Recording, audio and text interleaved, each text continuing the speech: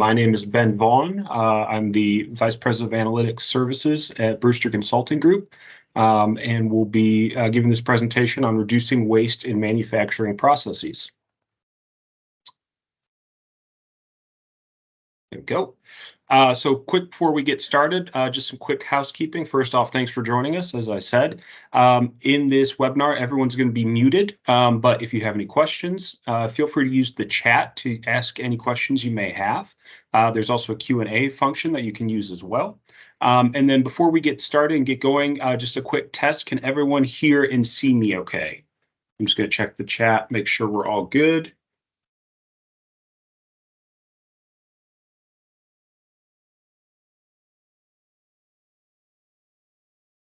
Okay, I am seeing so far everyone's good, and I'm not seeing any not good, so I assume that we're going to be good. All right, excellent. So let's get started. First thing, just to cover the agenda for today. So we're going to start with a brief intro to Brewster Consulting Group, a little bit about us and why we're giving this presentation on manufacturing waste reduction. We're going to talk a little bit about definitions of waste, as well as some examples in manufacturing. Then we're going to go through our process to help mature manufacturing processes to reduce waste, a proprietary model that we've developed at Brewster Consulting Group to help improve your processes to be able to help reduce those waste metrics that you care about. And then finally, we'll be talking about how we can create measurement systems to track and mitigate waste, and then what you can actually do with those measurement systems to drive that value for your organization. So, getting started here. Who's Brewster Consulting Group and why should you listen to us? So Brewster Consulting Group was founded by Cade Brewster on the left there, who's the founder and CEO. Cade has a background in financial services, as well as Six Sigma and process improvement teams. So he really founded this organization with a focus on helping not those kind of big name companies that you see out there, but the smaller guys, the small to medium sized businesses. So a lot of manufacturers fall under that. We also work with some larger businesses, but our bread and butter, as we like to say, is small to medium businesses, because we think that this is an underserved area where you have a lot of people who, a lot of those big name consulting companies don't really help them out, but there's a lot of opportunity and a lot of value. We'll talk a little bit about some of the issues with waste in manufacturing around the world, but there's a lot of opportunity there. Going down the line, you have myself, Ben Vaughn. As I said, I'm the VP of Analytics Services for Brewster Consulting Group. My background, I also have a Six Sigma, Lean Six Sigma Black Belt, as well as project management. I'm also a PMP certified project manager. I have a background in healthcare, manufacturing, as well as grocery. So grocery data management, as well as pricing models and things like that. Next on the line is Tim Lee, who's our Chief Operating Officer. Tim is a PMP certified project manager and leads a lot of our initiatives around developing project management offices. He has a great amount of experience in healthcare, as well as some additional managed services providers to really drive value through their project management efforts. I think he's done something like 40 million in improvements for organizations through project management efforts. So he has a wealth of experience in that field. And then finally, we got Greg Culberson, who's our VP of Sales. Greg brings to us decades of experience in data-driven companies like ours that help companies like manufacturing companies to be able to improve their systems and improve their waste, as well as any other metrics they care about. And so he has a lot of experience in really getting the correct product for our customers. So that's our team. As you can see, we have a lot of process improvement, a lot of project management experience. And so we're going to show you a few of the things that we've done in the past with clients probably like you in the manufacturing space to be able to drive a lot of value. So let's get started. So first, let's talk about waste in general. What's the definition of waste? How can we see it in manufacturing? And how does it usually rear its head? So let's talk about what is waste. Waste, the official definition, or at least the one I could find, was any action that does not add value to the customer. Another definition that we like to use, kind of the same thing, any manageable event that causes suboptimal operational capacity or quality. So you can kind of think about what that means for manufacturing when you're doing things that don't produce things or your product at the optimal rate or at the optimal quality. Anytime you're doing something that doesn't do that, you're wasting time, you're wasting resources, you're wasting cost. So all of those things are opportunities where we can improve your organization and your processes. As I said, waste causes additional costs and resource uses. And why we care about that? Well, obviously that impacts our bottom line, that impacts our revenue, that impacts our costs, and overall impacts our profitability. And so just a little tidbit I was able to find, Forbes recently estimated that about 20% of every dollar spent in manufacturing industries is wasted. So worldwide, that's something like $8 trillion that's wasted just because of waste processes. So this is a big issue. Every manufacturing company deals with waste one way or another. Certain companies are worse than others, but it's a great opportunity to really improve your operations and be able to reduce your expenses to improve that profitability we talked about. So sources of waste in manufacturing. So when we're talking specifically about manufacturing, I'll give you a few examples here, but going through the sources of waste, overproduction is a big one. So anytime you produce extra goods, that's going to waste time, resources, and create inventory, which we'll come to in a second. Motion. So motion, the physical motion of people within a manufacturing process is just going to waste time and not going to be able to add value to your process. You're not going to be able to create products during that time. You're going to just add more cost in terms of labor expense if it's significant enough. So it just creates wasted time in that manufacturing process. When we're talking about over or misprocessing, the third source of waste, when you have poor measurement systems, when you have bad tools, or you have unnecessary steps, these are going to all just add complexity that isn't needed there. It's going to add time. It's going to add resources that just aren't required by the customer. This speaks a little bit more to that first definition of waste. And then, as we spoke about earlier, inventory. So if you have too many things on in your warehouse, in your inventory stack, that's just creating additional costs to have that warehouse. It's creating costs to create those products, whether that's finished goods inventory, whether that's raw materials inventory. Either way, you've invested to have something there, and that's just sitting there wasting. Sometimes it can deteriorate or depreciate depending on the product. So you don't want that to be the case. Waiting. So when you have a manufacturing process and you have individual steps that have to go in sequence, if a step downstream is just hanging out waiting for steps upstream to actually finish their process to be able to give the product for the next step, that's going to create waste because you could be creating products with that downstream process. And you've just basically reduced the total capacity that your manufacturing process can produce. Defects, very common one. If you produce a bad product, you invested time, resources, and raw materials into that, and you don't get any revenue out of that. So that's a very clear source of waste that if you can improve your defect rate, that's going to improve your waste, reduce your waste and improve your profitability. Transport is the last, number 7 is the last of the more common sources of waste. So transport really, it's a little different from motion. Motion's more about people. Transport's more about goods. So the most common thing you'll see here is if someone, if you have your, let's say your raw materials in a warehouse or you have it in a certain area, and then they have to be transported via forklift or conveyor belt or whatever it is over to the area where it's actually manufactured, that's going to create waste because you're just wasting that time waiting for it to get over there. You're wasting the need for a forklift, the man hours if you need to physically move it that way. So that's another source of waste. So those 7 are the most common ones that you're going to hear about, but there's an 8th one that we like to add, which is financial waste. And what that really talks about is anytime that we are choosing financial decisions suboptimally. So a great example is procurement expenses of raw materials. If we are buying raw materials at inopportune times, that's going to cause additional expenses. If we are paying people overtime instead of hiring additional FTEs as needed, that's going to create additional cost because the overtime rate is going to be more than the regular rate. So all those are waste that we can reduce with proper management. All right, so we've covered what waste is, what are some sources. Let's look at it in terms of actually in a process map. So if you're not familiar with process maps, this is a process map. This is a fake process we just made up. You can see basically receive demand count from a customer.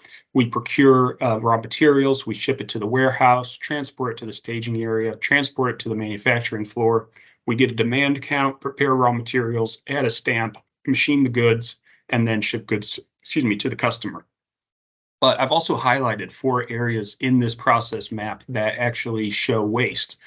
So the first one in the upper left there, when we procure the raw materials, if we add that buffer of 20%, that's overproducing. So not only have we bought too many raw materials, but we're also probably going to produce too many products that the customer doesn't want. So that's a case of overproduction, which is additional cost, additional expense in producing it, and it creates inventory. The second, going down there, transport. When we have a staging area, a warehouse and a staging area and a manufacturing floor, all of a sudden you've created 3 locations where, in theory, you should only need 1 in a perfect world. So that's an instance where you're going to have to transport those goods around, and that's going to create waste. When we're grabbing the demand count from the office, so it's implied that this is a physical person having to go and grab that demand count. That creates motion. A person has to go and travel, so that's slowing down the process. You're getting additional cost for that person's time. Maybe it's only a couple of minutes, but if you do this over and over and over again, over time, that's going to cost your process money in terms of FTE expense. And then down the line, adding a company stamp. This goes back to that first definition of waste, only things that the customer cares about. Customer doesn't care about a customer stamp or a company stamp. So that's an example of over processing where we're doing something that the customer doesn't care about. Some additional ways that we can look at waste is through a dashboard. So this is a fake process that we've just created a dashboard for. And you can see, like I just went through on the process map, some examples of waste. So in the upper left there, inventory. So you can see in the dashboard, it says we only need 240. If we're holding 257.9 units on in our warehouse or wherever we store it, that's additional costs that we've just incurred because of inventory, so additional waste. Down the line, it looks like that preparation process only needs to do 10 units per hour. It's functioning at 11.3, so in this case, it's working fine. But if it was below 10, then what it's doing is creating waste for processes downstream. So that could be a source of waste. We go to the right and go down to defects. When you look at OEE, which is overall equipment effectiveness, and measure it in terms of availability and quality, what you're looking at in that third piece in quality is defects. Anytime that's less than 100% quality, you've got a defect and you have an opportunity to improve your waste there. And then on the left there, the other waste KPIs, we can look at transport via forklift hours. So an easy way to do this is just track the number of hours used on a forklift machine. And in this case, the company wants to be less than 2 per day on average. And right now they're at 2.2. So that's a source of waste. Financial waste comes in as an example. I actually gave the 2 examples early, but overtime, if you have employees using overtime, then that can be an issue. And then procurement cost. If you're procuring at a cost significantly higher than what you would expect, then that's creating financial waste in your process that reduces your bottom line. All right. So that's covering waste in general and seeing what it's like in manufacturing processes. Moving on to actually, well, what do we do about it? How do we reduce our waste? So what Brewster Consulting Group does is we've created this proprietary framework called the Process Maturity Scale. And what we do is we take your manufacturing processes, we look at an organization's manufacturing processes, and we say, okay, where are they at on this scale, and how can we improve them over time? And when we improve them over time, that's going to be able to show those opportunities to improve waste. So in a little more depth, we take your process maturity scale, we take your existing operations and technology, and we create a future state environment through driving through the process maturity scale. We define your organizational goals and strategies. We align those people, processes, and technologies to operations and technologies.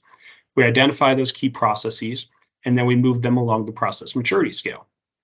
So the process maturity scale is on your screen right now. And what this really is, it's grounded in a lot of Lean and Six Sigma methodology.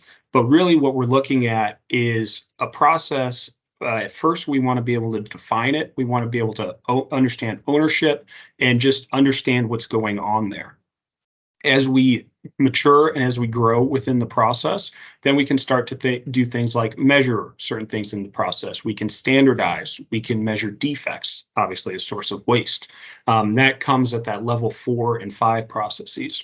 And then as we go even further, we can start to build measurement systems like process maps, like dashboards. We can automate certain aspects of the process so that we're able to reduce those defects, or excuse me, that waste automatically and reduce defects as a result. So all of that in combination is going to allow that process to mature and to be able to identify those opportunities to actually improve and reduce your waste. So once you've gotten to a point where you've defined the process, measured it, understand it very well, and have started to get data for it, then what we can do is start to create measurement systems, and we can track and mitigate the risk that you have within waste. So as we start that process, what we're going to do is first look at our goals and objectives. We start at the end and then work our way back into what we want to create to be able to fulfill those goals at the end. So I've given a couple examples that you might see in manufacturing. So reduce instances of machine waiting for inputs. So example of waste is waiting there. Increase how many products we can produce each day. That's kind of all encompassing. A lot of different sources of waste could go into there. Manage our financial costs of production better. Again, all encompassing there.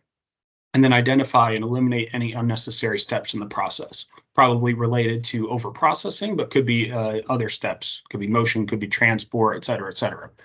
So those are some goals and objectives that you could have. You could have very different ones, but just some examples there.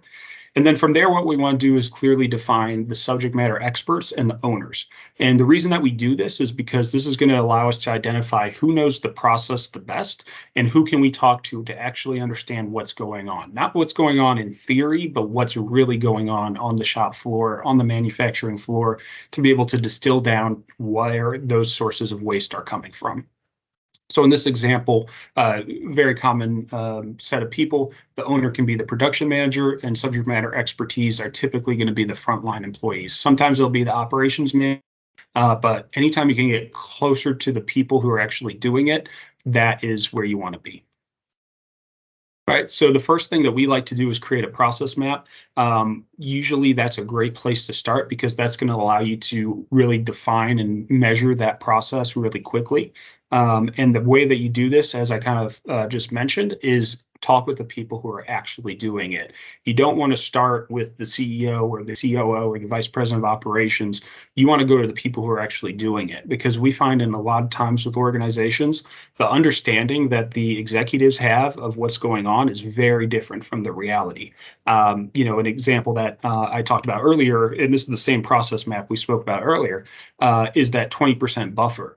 What may have happened in the past is, somebody didn't put a buffer and then raw material was lost or something. And, someone got yelled at. And so they said, okay, we're always going to give a buffer, even though it costs us more money. I don't want to get yelled at. So I'm just going to put that buffer in there and make sure we don't have any issues. Well, management may not know that. The executives may not realize that that's what's going on. And all of a sudden you're spending all this money on raw materials and you're creating inventory that's not being used and you're wondering what's going on.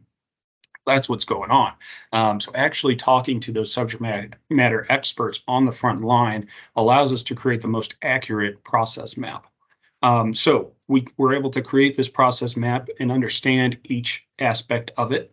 An additional thing that we can do is we can, before we get to that, once we've created that process map, we're going to want to define the key metrics based on that process map. So if we're looking at here, maybe we're looking at, how long does it take for the materials to get shipped to the warehouse? How long does it take to transport to the staging area? How long does it take to prepare raw materials? What's the process for grabbing the demand count, et cetera, et cetera. And so those key metrics we then define and we put into a data dictionary. A data dictionary, what it is it's basically a way for us to be able to concretely say, this is what this is. So this is how we calculate this metric. This is how we calculate this metric. And what that really does is make sure that everyone is on the same page and make sure that, when we create measurement systems, when we create like, hey, we produce widgets at 10 units per hour, someone else doesn't do the same calculation, but have a different definition and say, oh, no, it's actually 12. When you have that consistency, that's when you can really breed trust into this process and into this improvement effort. So we'll lay out our key metrics, we'll create a data dictionary, we'll get sign off on that and make sure that everyone is aligned on what matters and how we define it. And then from there, we create a measurement system.